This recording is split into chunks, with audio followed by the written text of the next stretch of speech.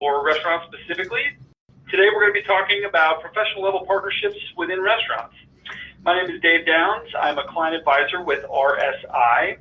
We are down today. We are missing our fearless moderator who normally is here, Dan Jacobs. He is attending the Restaurant Finance Conference in Las Vegas. Dan, we miss you, and we look forward to seeing you again soon.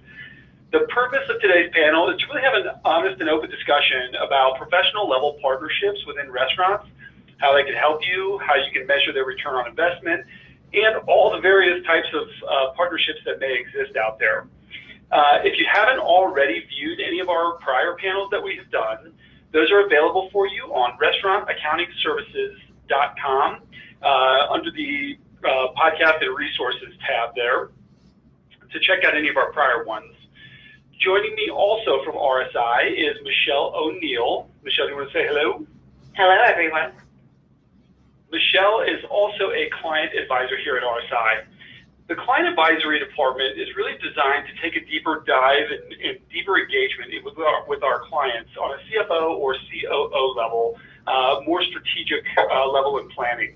If you find that you may need any of those resources in the future, please reach out. And again, you can find the contact information on the marketing website, restaurantaccountingservices.com.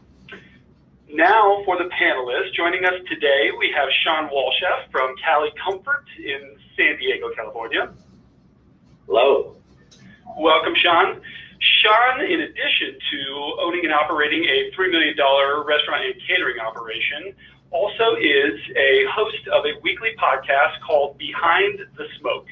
This really takes a digital marketing and business focus on a weekly podcast level. And also, Sean hosts a Southern California barbecue competition in addition to a barbecue festival as well. So thanks for joining us today, Sean. My honor. Thank you for having me. Our other panelist is Josh Binning from Lucha Cantina in Rockford, Illinois. Since opening 2013, Lucha Cantina has become a locals favorite in the Rockford restaurant scene. Lucha also has a unique spin on Mexican cuisine and cocktails. Josh, we thank you so much for your time today. Thanks for joining us. Thanks for having me. You betcha. A couple quick housekeeping things. We do have the question and answers open, so at the bottom of your Zoom tab for any of the attendees, you can click on the question and answer section or Q&A section, type in any questions that you may have, and we will try and get to as many of those throughout today's digital panel as possible. We are also recording today's panel, and we will get the link out for all registrants, and that is forwardable to anyone else that may find value of it. And we will post out the video on the restaurantaccountingservices.com website as well. Last but not least, if you are ever interested in becoming one of our digital panelists as a client, we would love to welcome any other additional feedback that you have and some ideas for upcoming panels. You can submit those in the question and answer section, and our moderators will help keep tabs on that so we can make sure that we're keeping these relevant moving forward. I think that's all we have. Michelle, let's get on with the panel. All right, I am so excited about this one. Sean and Josh, a little extra background on you guys. You're very innovative, both of you, in the types of partnerships that you've engaged with, exploring new systems, especially on the tech side. So I want to start off with you, Sean. Tell us about some of the techie engagements and partnerships that you've enlisted. Well, first of all, I'm honored to be on this RSI digital panel. I think one of the most important things as a restaurant owner is to always be learning. When we first opened up the restaurant in 2008, myself and my business partner, we found it very important to look to other industry resources, look to people that have been in the business. Restaurantowner.com was one of those resources that we reached out to, became a member, found a lot of their resources online with templates, with articles, with industry insights. Actually, they're probably the reason why we became RSI clients. They kept talking about running a profitable restaurant. And in order to run a profitable restaurant, you needed to have a weekly profit and loss statement. We didn't know where to turn to get that weekly profit and loss statement, but we turned to RSI. And I think, looking at the journey of being in business for 10 years and where we are in 2018, I think it's important to have had this conversation that we're having today. There's obviously a lot of things that we use in our restaurant on a tech side to help us improve guest services or just be more efficient. I'm just honored to be here to talk about them. So thanks for having me on. It's our pleasure as well, Sean. Thank you. And thank you for the weekly shout out. I want to go back in time and have everybody hear that again, how important the weekly financial information is. That was fabulous. All right, so a follow-up question on that. I want to kind of hone in on one specific thing that I'm seeing gaining a lot of market traction, and that is services that are built to enhance the guest experience by either streamlining ordering at the table, repeat ordering, and in the example that we're going to talk about, Sean, that pay when you're ready, so the guests don't get that held hostage feeling. So you have partnered up with Up and Pay. Can you tell us a little bit about that? Sure. Yeah, so Up and Pay is something I've always been fascinated with, is always improving the guest experience. And Up and Pay is a new tech company out based here in San Diego. We were actually the third restaurant to sign on with Taraj, who's the founder, MIT grad. Just what he's trying to do to revolutionize the guest pay experience is something that I'm fascinated with, especially the fact that it integrates with Aloha. We're Aloha based, and especially with tech, we don't want to bring in any other outside hardware to make it more difficult on an accounting side, on a guest service side, on an operations side. And this was something that was already integrated through Aloha. So we looked into it. It's a QR code that prints out through your guest check, and it allows somebody to put their iPhone up. They scan the QR code without, you don't need an app, so you don't need a scanner to do it. Just use your camera and we'll pull up a web link, and that web link will allow somebody to put in their credit card information and then pay at any point during that guest check experience. Also allows them to pay with Apple Pay. We've started implementing it, and my general manager, Eric, who's been with me since we opened this restaurant, is actually one of my partners now. He's been instrumental in working with Taraj, which I think is very important. There's a lot of tech companies that, they want to get into restaurants and actually have us use their services and their products. But as an operator, we need to make sure that it works for us, it works for our servers, it works for our guests, and it doesn't create some awkward moments in that guest service experience.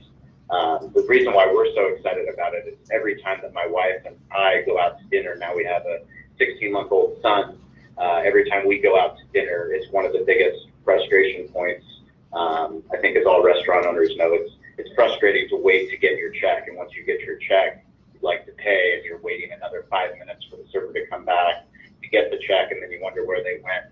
When you have a child, you kind of need to go when you need to go. So this is a solution that's helped us address not just the family dining experience, but also just be something more on the cutting edge to allow guests to save time. It works great for lunch guests as well. We need to get back to work.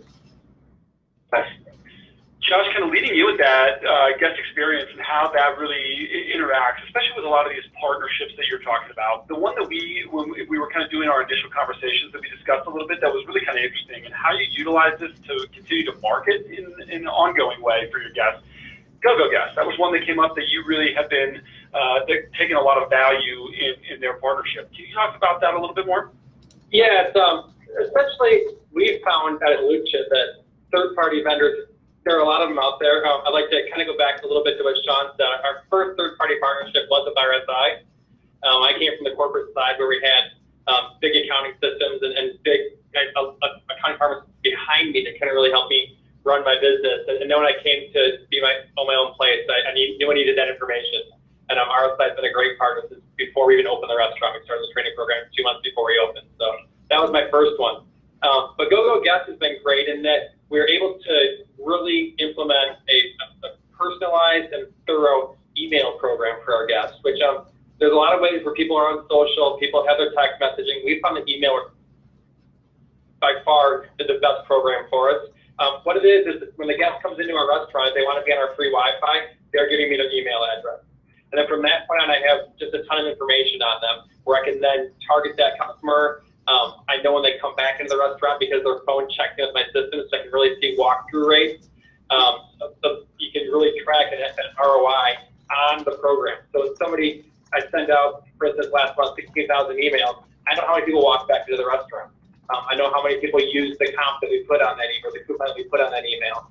And I can really see, was this profitable? Did this promotion work? And really dial in. And Go Guest, since we just changed to them from a different party about 2 months ago. And it's just been a great, we talked about having, as Sean said, with Up and Pay, the group that actually works well with them. It's been a great experience thus far with Go Guest, being able to really ask questions. Hey, we want to put a GIF into our email. Can we do that? And really, it's been a great partner in helping us get our system set up, get on board. And to be honest, there's a lot of times when you go to a third party, as Sean said, everybody wants a piece of our money, and there's a million third-party vendors, especially for restaurants. We can do this or we can do that. But to find one that actually wants to work with you, that's a whole different ballgame. And there are very few out there that actually want to work with you and want to be a good partner with you. And then being a partner is a huge part of it. Josh, we talked a lot in the last panel, which was more exclusively about partnerships and the third-party delivery. We talked a lot about issues that our panelists were having with getting that sort of analytics and getting a third-party vendor to be able to actually help you enhance guest experience. How important is that when you look at integrating or bringing on a new service? The guest experience is key. I don't want it.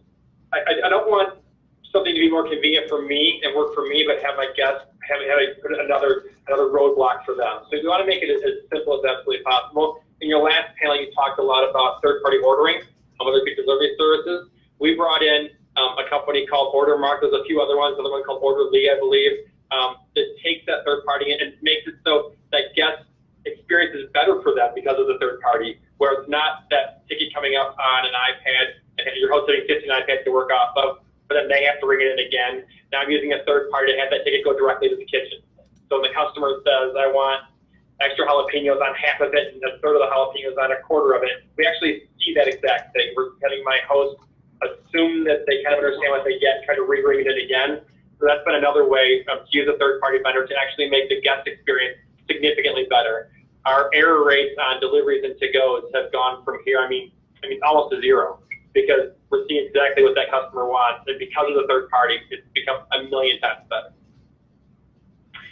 Sean, I think a lot of your growth since 2008, when we were originally talking, has really kind of been driven by your focus on your brand. How do you quantify or measure how well a third party or a partnership will pair with your brand and continue that momentum moving in the right direction for you and your operation? I think it's a gut feel, to be honest with you, kind of off the top. It's since 2008. If I knew how many meetings I've turned down 15 minutes for my time to sit down and talk about something that's going to revolutionize our business or get, people in our door. One of the most important things for us is we're in a part of San Diego that people don't go to visit. We're not in Gaslamp. We're not on the beach. When you're talking about real estate location, people, they thought I was crazy for opening up in Spring Valley where we did, but it was our job to really build our brand and find out our true identity. And our identity came by being curious, by consistently learning, by being willing to be vulnerable, be willing to make mistakes on a digital side, on a social side. I made fun of my business partner when we first opened for having a Facebook account. I thought he was just trying to get girls to get chicks, and once I learned we could actually get people into our restaurant that was empty, I started learning about it. And it wasn't that I was an expert, and I'm not an expert now, but it's a vital tool that we use every single day to drive traffic, drive revenue, and to build brand awareness. We have a lot of people in San Diego that know about Cali Comfort because of our social presence, and they've never set foot into Spring Valley, but they'll consider us for doing a catering somewhere throughout the county, which is really what you want. You host a weekly digital marketing podcast. We'd be remiss to talk about that. Does that bring revenue into the restaurant? Is that revenue producing time? Are you looking at that as long-term marketing plan? How does that affect your regular business? So back to what I said earlier, most people call me crazy. If you're looking at it from an ROI perspective, you wouldn't do a podcast, and you definitely wouldn't do it weekly. But for Derek's my business partner. He owns the butcher shop. They've been in business for 62 years. He's a mile down the road from us. I went to him to become our first sponsor for our annual charity barbecue event that we throw in front of the restaurant. And by doing things differently, by not worrying about the four walls necessarily of the restaurant, but really digging into the community and how can we help the local baseball team, how can we help the local Pop Warner team, how can we get to the local church, the local business association, if somebody's trying to raise money for a good cause, how can we be there as a presence? That has allowed us to develop relationships like I have with Derek. The podcast, ironically, is another thing that instead of focusing on Cali Comfort or focusing on the butcher shop, we're bringing on a guest that's here in San Diego that we admire, that's another business leader, somebody that might be in media, somebody that might be an entrepreneur, somebody that might be in hospitality, and learn about who they are, what makes them tick, what are the mistakes that they made, kind of like having the business class that I wish I had in college. When I went to college, I took a bunch of business classes because I thought that's what I wanted to major in. It turned out that I became a sociology major because I love studying and learning about people. This podcast allows us to have that conversation that I wish that people told me about why you get sued for having a ladies' night promotion by 3 men that feel discriminated because we didn't discount their martinis. You don't learn about that stuff until it happens to you and you're fighting the lawsuit and trying to figure it out. So that's the reason we do the podcast. And to answer your question, the ROI is not, I mean, we're paying money to put on the podcast, but for us, we have different restaurant owners that are in Cleveland. We have people that are in Philadelphia. We have people that are barbecue ambassadors in Norway. We have people that own butcher shops in Australia that have connected to us because it's digital, because it's free, because they can access it through their smartphone, through their Alexa device. That's the thing that's exciting. We never thought that we'd have a global audience, but if you're real and you're honest with people, our goal is to always be learning.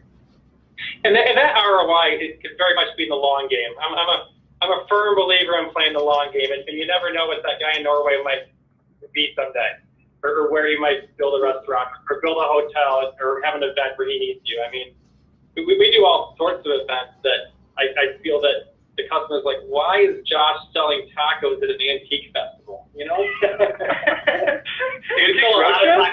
the antique people love tacos. And you know what? I've never done an event where I haven't gotten another event from it. I haven't gotten somebody's rehearsal dinner. I haven't got something else. You never know who that customer's going to be that's walking in front of you. Well, I agree with that. I have never been anywhere where I didn't want a taco, so I'm all on board with that strategy. Sean, I totally get your point. You do make an investment in brand equity, your reputation, kind of like what RSI does with our own panel. We're in it to educate and gain from your experiences. So I really like that you were talking about that. Obviously, the goal of all marketing is to be revenue producing, to drive incremental sales. Josh, I have a question for you on this too, because you went a little outside the box in that you used to use some different, or have used a few marketing services, and you actually took it in-house, sort of insourcing and cross-utilizing your own resources. You want to tell us about that? When I opened the restaurant, I mentioned before, I came from the corporate side. In corporate, it's easy because if you need a flyer for something, you just send it to the support office, and a day later, voila, you got a flyer. So I figured that was going to make sense for me in the local level as well. So I hired an ad agency to work with me when we opened, and they did fine work, and they weren't trying to gouge me or anything. But I just felt we needed a lot more flexibility, so I brought all of my digital inside. And I have a former employee who now has a full-time job as a designer, and her side hustle actually is my restaurant, where she does our email marketing, she does our Facebook posting, she does way more work than she gets paid for to really keep us looking current and to make the branding of our restaurant look like a real brand. So when we go out to an event, the tent that we put up matches the tabletop that's in the restaurant, which matches our website, which matches the background of our to-go menu. I mean, it all makes sense together. And having that person in-house versus sending it out to a third party has been a huge benefit for us. I mean, it's just our work really makes sense. And you can see our branding a mile away. It looks perfect. thing we talked about, especially with you, Sean, I think when we were doing kind of our initial pre-interviews for this, we talked a little bit about ongoing education. You mentioned at the top kind of that restaurantowner.com and being able to look at some of those publications in terms of continuing your education. I would imagine the podcast kind of does a lot of that too, because it's not necessarily just your industry, it's a lot of other business leaders. What other things or partnerships do you look for? What other kinds of things do you do to continue your base level of knowledge ongoing and make continual improvements? I think that's a great question. I think, it just gets back to every day being curious. As a restaurant owner, we all know that probably one of the most valuable words we have is no, because we have to focus on what's important any given day. And, the time that I value the most is the time when the restaurant's not open and no one's here and it's 4 in the morning because I can actually think. But yeah, so it's continuing the education, whether it's reading, industry articles, whether it's going to California Restaurant Association, participating in discussions like this. Like I said, the podcast has really allowed us. When I talk about it, it's become the North Star of our marketing efforts. It flows down if we keep that top of mind and we make sure that every Friday we're publishing a new episode that somebody can learn something from. And they don't necessarily have to be a restaurant owner. If they're a small business owner, and our job is to ask great questions and to learn about our guests and to find out, through their failures and through their successes, what they're doing to stay top of mind. Because, the more that we have the conversation, the more that we realize it's not just restaurants that are facing a lot of challenges. Derek, he owns the butcher shop, and retail is facing challenges from Amazon. And, if you look at Netflix and you look at Blockbuster, these are all things that if you're not willing to have that conversation, things have changed drastically in 10 years since we've opened this restaurant. And if we think that next year is going to be the same as it was this year, then we're sorely mistaken. And our job is to continue to push the envelope and to continue to have conversations that build relationships. When we do a podcast, there's very seldom in life where you can sit down with someone and have a conversation like we're having right now. When I go to Illinois, trust me, I'm going to Josh's restaurant just because he's back there for an hour and I got to learn about who he is as a man, as an owner, as a leader. And for us, that's really cool and really important. And then one thing Sean said, talking about ways to stay curious and to keep learning, there's so much content that we can have access now to. In Chicago, which we're an hour away from, I have Social Media Week. I've got Digital Marketing World. Sean is in California. They actually have Social Media World out there, which is a huge event. Things online like just using Skillshare, which is I think like $15 a month to learn how to do whatever it is you don't know how to do. You learn from the best people in the world on how to do that. So there's just lots of opportunities out there. One of my favorites is the NRA show, which happens in Chicago, so it's easy for me to go to. And one perk of that is I actually get to meet all of my third-party vendors when I'm there. So I get to walk around and go to an open house for RSI at their office in Chicago, which I did miss last year, but I will make sure I go this year. But I get to go and talk to Ordermark. I get to talk to if you're looking for new POS, they're all there and they're all on a line. So you can talk to one and then go talk to the next one. So it's not an email. It's actually being face-to-face with all those vendors, getting to meet them and shake their hand and actually demo the product right there with them versus through a conference call. And I think what you said is really important because there's so many things that are asked of restaurant owners. We get asked to go to food shows. We get asked to go to different types of things. And it goes back to, your original question. How do you know if it's right? When you go to that show, in your gut, is this valuable for my time? Am I actually going and I'm developing deeper relationships that are going to put my business forward? Or am I just going and this is a waste of time and I'm wondering why every year do I keep coming to this thing? We try to find and partner with vendors and other companies that have the same values that we do and that are willing to not just move the needle forward, but also question how can we do this better and how can we help each other to move this forward to keep our businesses sustainable into the future. I want to ask a quick follow-up, Josh, on the NRA show, and yes, we did miss you at the open house this year. We'll see you in 2019. So it's overwhelming the experience. There's so many vendors, and there's so much popping up, especially on point of sale related things. And some of the technology pieces out there seem to cater not so much to the independent restaurateur as much as they do to the larger corporate type groups. How do you talk to a vendor like that? Is it something that you try and scale to reap the same corporate benefits, or do you just stay out of those broadliners?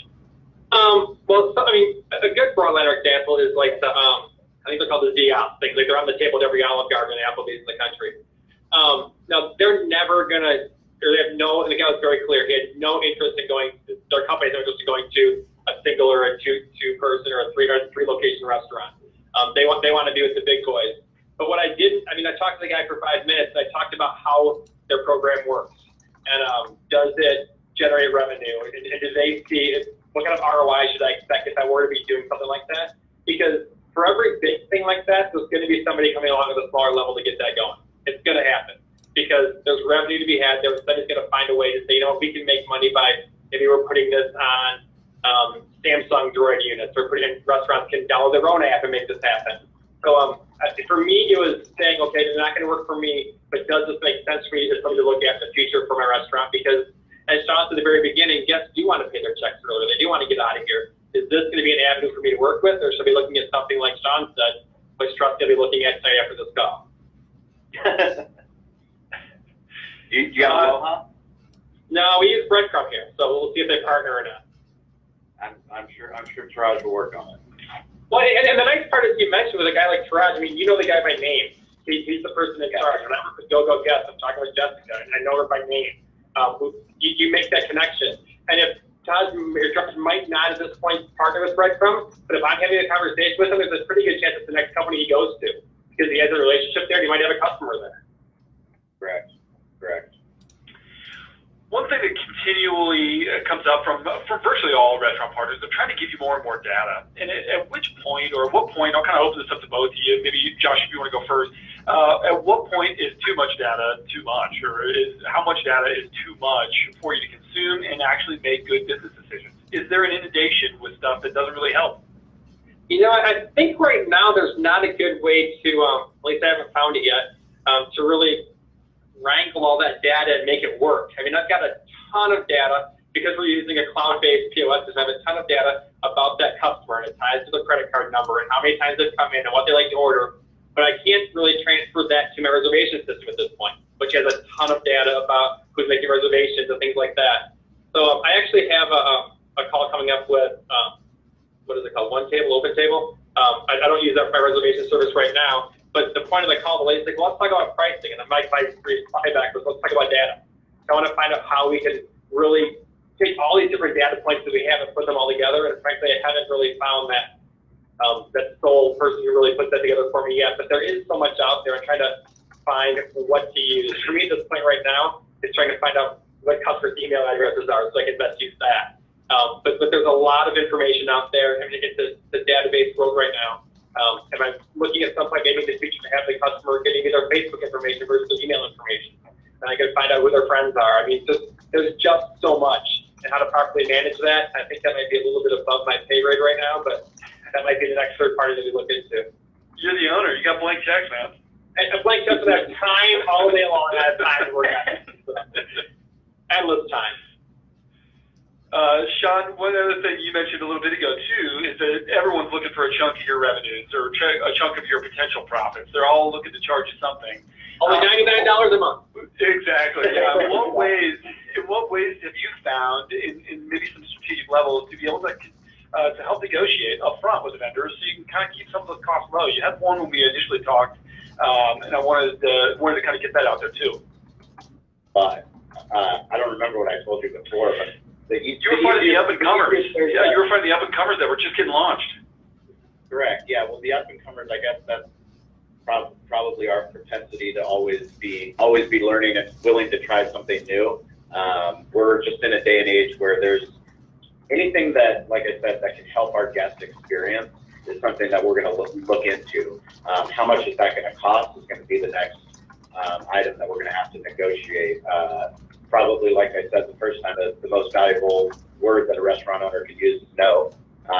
no, because you can always go back. I mean, there's, you know, if you say no, that you can go back and send them an email later and say, hey, you know, I'm thinking about it, but that price is just too high.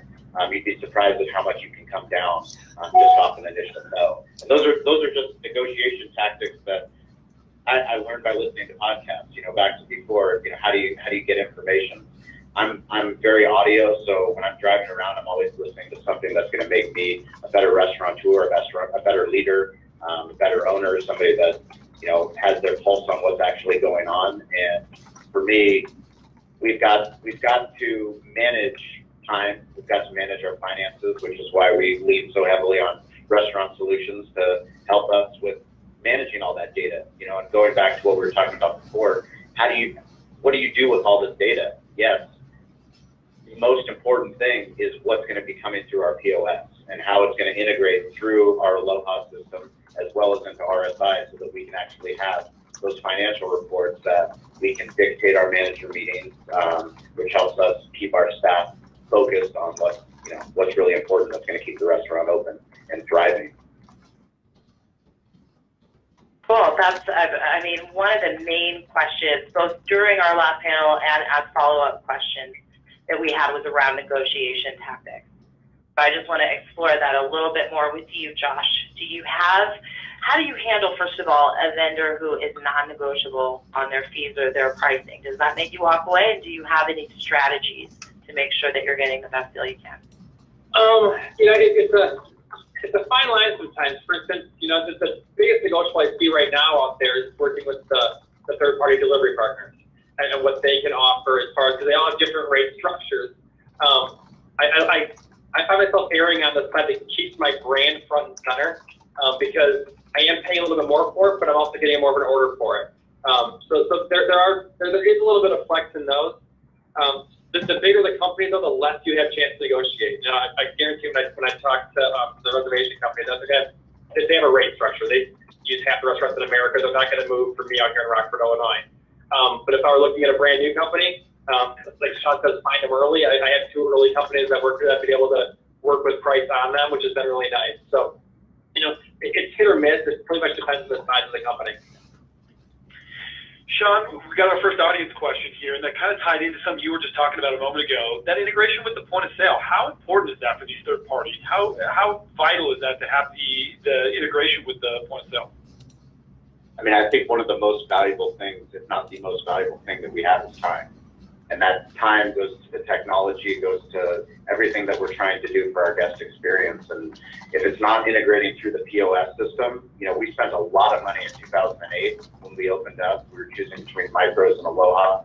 We chose Aloha. We couldn't have been happier with our decision. If we opened up another restaurant next year, we will have a much different conversation, because we might be looking at, you know, a cloud-based system, something that's not like Aloha, but we have Aloha. So what do we do with what we have?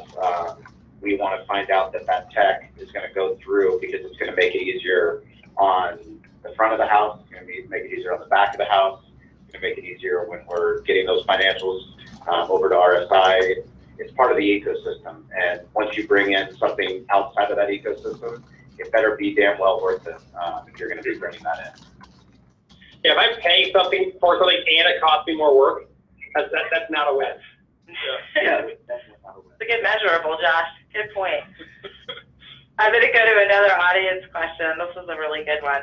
I think especially for you, Josh, because you're in Rockford and you're surrounded by a lot of the corporate type restaurants. True. Okay, so the audience question is, what services have you found that help make you unique from other restaurants around you? I think one of the things that makes us stand out is our services. I think we jumped onto the third-party delivery service, which is new in our town. So 6 months ago, there was no third-party delivery in Rockford. So it really started in July, and we went on board with all 3 that are available here: Uber Eats, DoorDash, and Grubhub. And we were probably the first on all 3 of the platforms. And we had rebuilt our packaging ahead of time, so when they opened up, we knew they were coming. When they arrived, we set out perfect food that arrived at somebody's house a half hour later, still hot, where the fries were still crispy, and really dialed in that product. ahead of time. So that was the way that we could be more flexible and be ahead of it. Other things that have made us stand out in this market, I think, is our ability to go off-site and really do things where other people won't. Selling food at that antique fair. There's a big festival next weekend in Rockford called Stroll on Sale. There's 60,000 people downtown. We have 2 huge tents down there. We'll probably be the biggest food vendor of the event.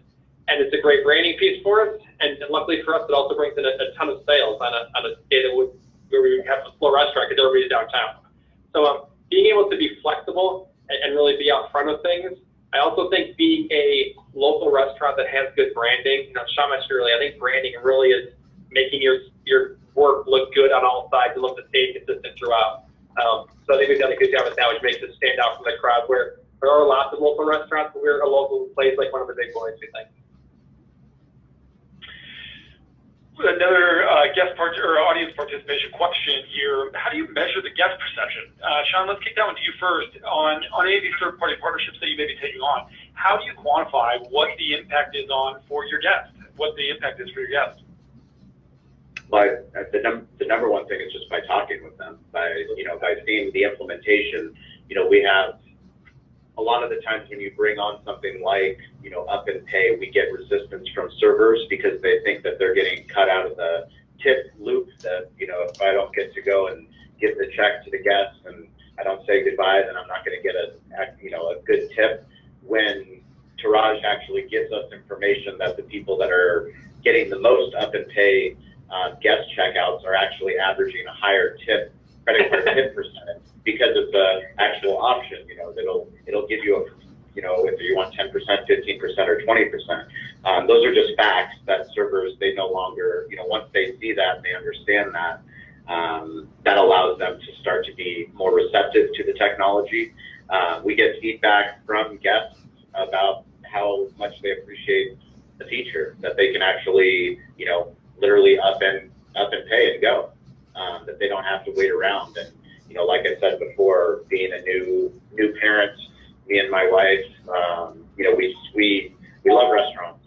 We go out frequently to restaurants, even with our child. And I can't tell you the amount of times that we sit there and we wish that, they implemented that technology or something similar, because when you're ready to go, you're ready to go. And it's one of those pain points in service that we focus on in our training with our staff, with our servers, and we try to make sure that there's certain flags that we use. But at the end of the day, if the customer appreciates it, they're going to use it, and if they don't like it, they're going to let us know. And you just have to be willing to have those conversations. Sean, you read my mind. Yeah, that's exactly where I was going to go. My follow-up was going to be about, at RSI, we like to talk a lot about things needing decision-making, especially needing to hit 3 points. It needs to be good for your team, it needs to be good for your guests, it needs to be good for profit. And what we have been talking a lot about today is it's good for guests, it's good for profit, but taking it back to the team point and your staff. Josh, for you, it sounds like you do a lot of promotional type marketing. And in my experience, you can get a lot of negative staff feedback from that driving incremental revenue, but also a lot of the headaches that come with it. So what kind of feedback are you getting from your team about your promotional marketing? My staff is my first customer. I like to look at it as my staff, and then my actual customer comes to the restaurant. The staff is the first one. And I think I get a fair amount I get good buy-in from them because I used to be in their shoes. I used to be the server, I used to be the bartender, and I'm very analytical on the numbers. So when we're having a conversation about here's why we're doing this promotion, I really break it down to, if we can get 2 more customers in, and one of those customers decides they're going to come here once a month, and how much do they spend once a month with a guest average, really working that out long term and showing that, while there might be a hit today, I'm not going to do anything. Unless my staff is stealing, my income is tied to their income. So if they're making more, that means I'm making more. And I'm not going to run a promotion that makes me less money in the long run. So if I'm doing something that makes me more money in the long run, it's going to make them more money in the long run. But a lot of times I think it helps to really be clear on how that's going to work, is really giving them the why. Here's why this works, and here's how this works. And once I give them the information, I don't feel like really getting any pushback on too much stuff. Hopefully that helps. Well, I have a little audio issue on that end.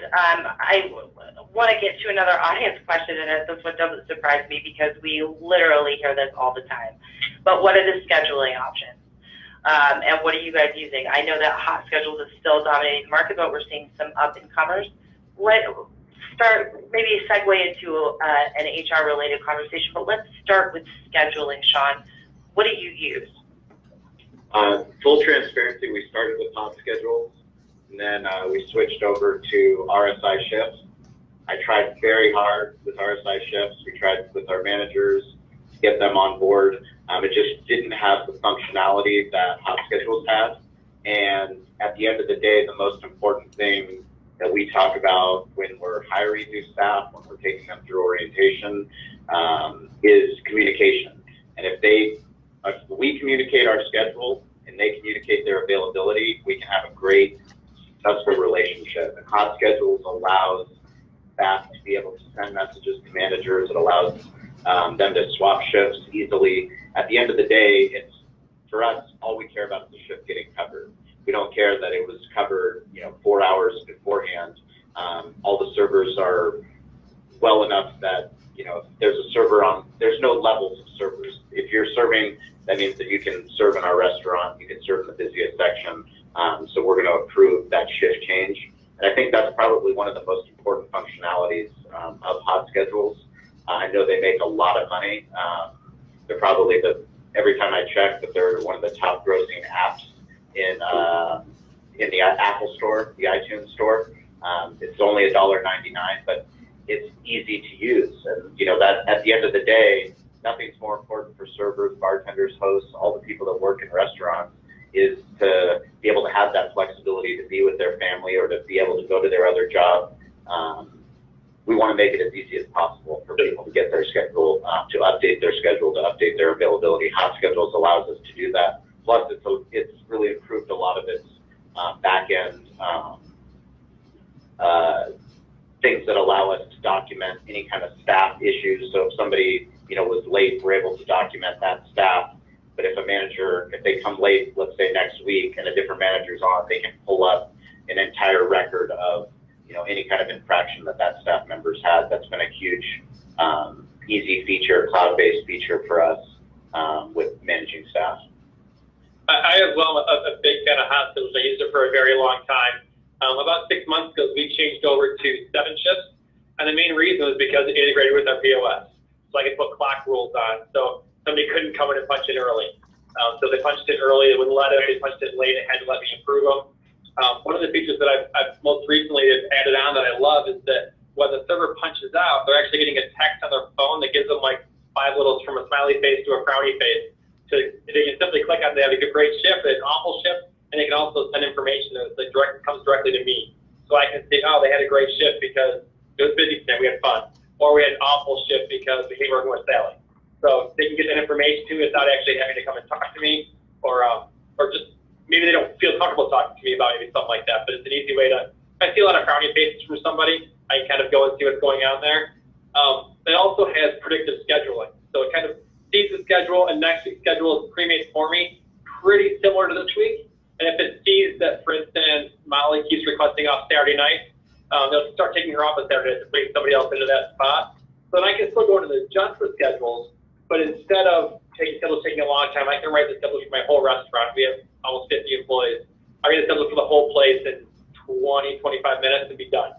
I usually write them about a month at a time, and then go back and after the fact kind of transfer everything and move things that needed to be to kind of make it work a little bit better. But it's made writing schedules much easier as well. Yeah, I think that's our hot schedules integrates with Aloha, which was one of the main factors we switched back to using them as well. Sean, you mentioned that training piece and that how there's no levels of servers. Everyone is going to serve in the busiest sections on the busiest nights. Have you found any third-party partners that kind of allow the facilitation of that training and ongoing education for your staff? Yeah, we use Weight Trainer. So, part of the biggest goal that we have as a restaurant is to become paperless. I don't know if it's ever going to happen, but I'm going to keep pushing for it. Getting rid of training material that becomes outdated is, anybody that's had to have a training packet that you get a new menu and you need to update the training packet, we can do it all digital now. We do it all digital. We have Weight Trainer allows us to test, do ongoing testing, to incorporate training videos so that they can do it on-site or off-site. They have access to it. Training is very important. I mean, for us, it's crucial, part of the guest experience. Paying the amount that we pay in California to pay wages to have a full-service restaurant. I mean, people are moving to quick casual restaurants for a reason. That means that we have to double down on hospitality. We have to double down on that guest experience and really make people feel like they're coming home, to their second home, to their village.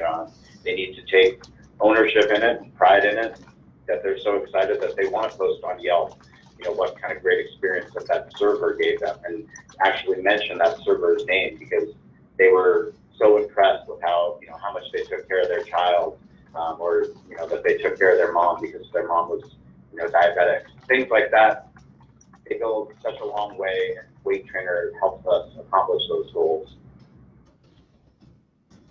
Okay, that's cool. I hadn't heard of that one. I've got another audience question I want to get to, being conscious of time.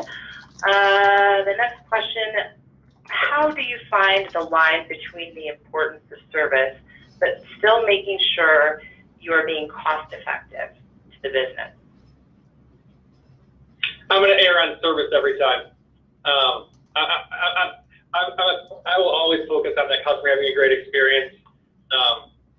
And it cost me, I don't know, I read the book a long time ago called Give Them the Pickle, and it's just about it. Just get to the customer. Make their time when they're here a great experience. And that there might be a person taking advantage of you, so be it. But in the end, that person with a great experience is going to tell their friends, they're going to tell their sister-in-law, they're going to tell everybody else they had a great time here, and they're going to come in too. So I always err on the side of the customer. It's not pickles anymore, Josh. It's little cups of ranch. Is it really? Ranch now and white ketchup. Yeah, I think I'll give them I'll give sour cream now. there was a certain point, probably 2 or 3 years into running the restaurant, where my general manager Eric and myself, we made a conscious decision that the sign that we hated the most in any restaurant was the "Please seat yourself" sign. We have an awkward layout in our restaurant, so it's kind of a house that was an add-on to an add-on. If you come in and there's no host there and there's a "Please seat yourself" sign, and it's the epitome of what we hate in hospitality, is when you go, and that's got to be our competitive advantage. And once we did scheduling where we made sure that we always had a host that would smile, and that when someone came in that they would be there. Yes, there'll be times when they're packing up to go order. We train our servers to help cover the host section, but making that conscious effort to be hospitality focused, I think is one of the reasons that we're open 10 years later, as opposed to looking at it as, hey, well, our sales are slow from 1 to 3 p.m. Let's cut the host and have the manager cover the front, when we all know the manager won't be up front when that guest comes in.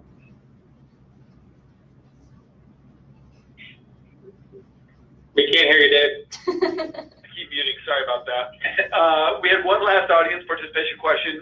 This was kind of directed specifically at you, Sean. You mentioned learning from other business owners. If you could throw out a couple of those key points that you've learned from people in your past, whether it's in your podcast or just working with folks locally, what are some of those big things? And then I'll ask you the same question, Josh, and then I think Michelle's going to come in and recap here, and we'll kind of start wrapping up.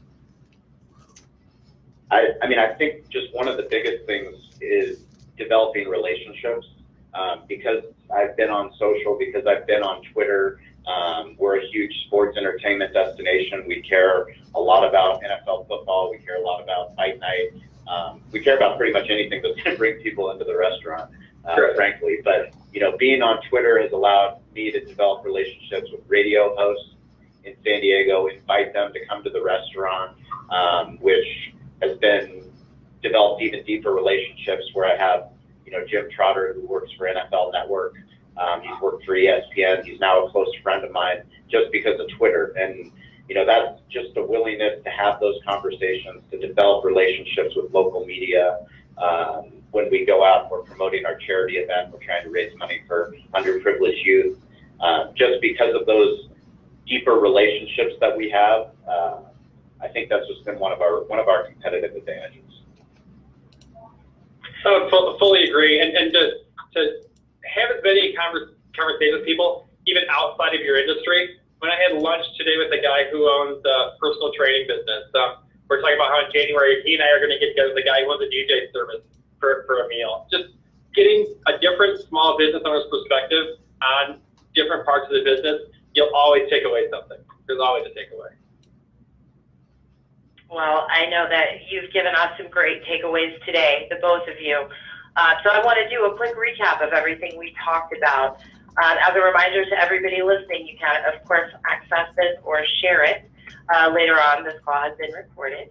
But some of the things that you guys talked about that I thought were amazing were integration, and not just on the point of sale side, but making sure that you find the correct partnership integrations within your team, what works best for you, using negotiation skills. I know it's important that it absolutely comes down to your guest experience. So that's key. You have to utilize these professional services and be very mindful of the guest experience while still utilizing and being on the cutting edge of technology, which you guys have proven to be very effective. The learning points, you know, both of you very community engaged with other businesses, with activities and events, building incremental sales, but also making your mark and investing in your own reputation. And branding is key. So the real big takeaway for me is you guys were able to demonstrate a real return on investment through all of the endeavors, through all of the partnerships, and I'm guessing largely through a lot of partnerships that weren't successful. Speaking on, you know, behalf of one of your vendors, of course, we would consider ourselves at RSI your partner. I really appreciate how much you value your partnerships and the way that you can define when a vendor does become a partner. And I thank you both so much for your time. You guys are both excellent panelists. Do you have anything else you want to end on? Thanks for having us. It's a great time. Okay. Yeah, if you guys are, anybody's in San Diego, please go check out Sean's restaurant, Cali Comfort, or in Rockford, Illinois, or go to Lucia Cantina in Rockford, Illinois, or at the open house, which Josh, I have it recorded that you're definitely going to be at next year. We'll be there. To that. Yep. I'll bring the tequila. That's great, thank you. And we'll probably have some there as well, maybe. On behalf of Dave Downs and myself, if anybody listening has any questions or would like to become a future panelist, please don't hesitate to reach out to us at RSI in the Client Advisory Department. Thanks, guys. Have a great day. Thank you. Thanks, Josh. Thanks, Sean. Thank you. Appreciate it.